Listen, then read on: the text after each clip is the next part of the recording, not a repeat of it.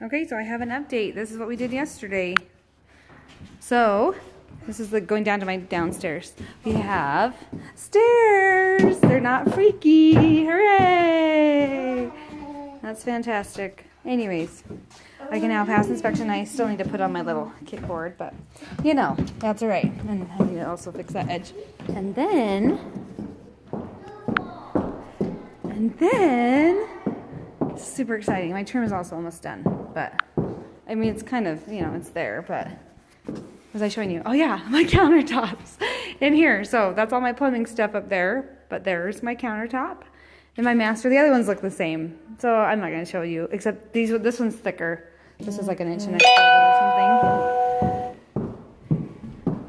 something. But sorry, that probably makes, now that you want to look at my face, but it makes you kind of dizzy when you watch me walk. And then the other bathrooms are a little bit, see, they're a little bit thinner. I don't know if you can even tell, but yeah, and this one actually have the backsplash, the side things up, these things, so all of them will have that all the way around. Hip hip hooray! So that's super exciting. Anyways, okay, have a good day.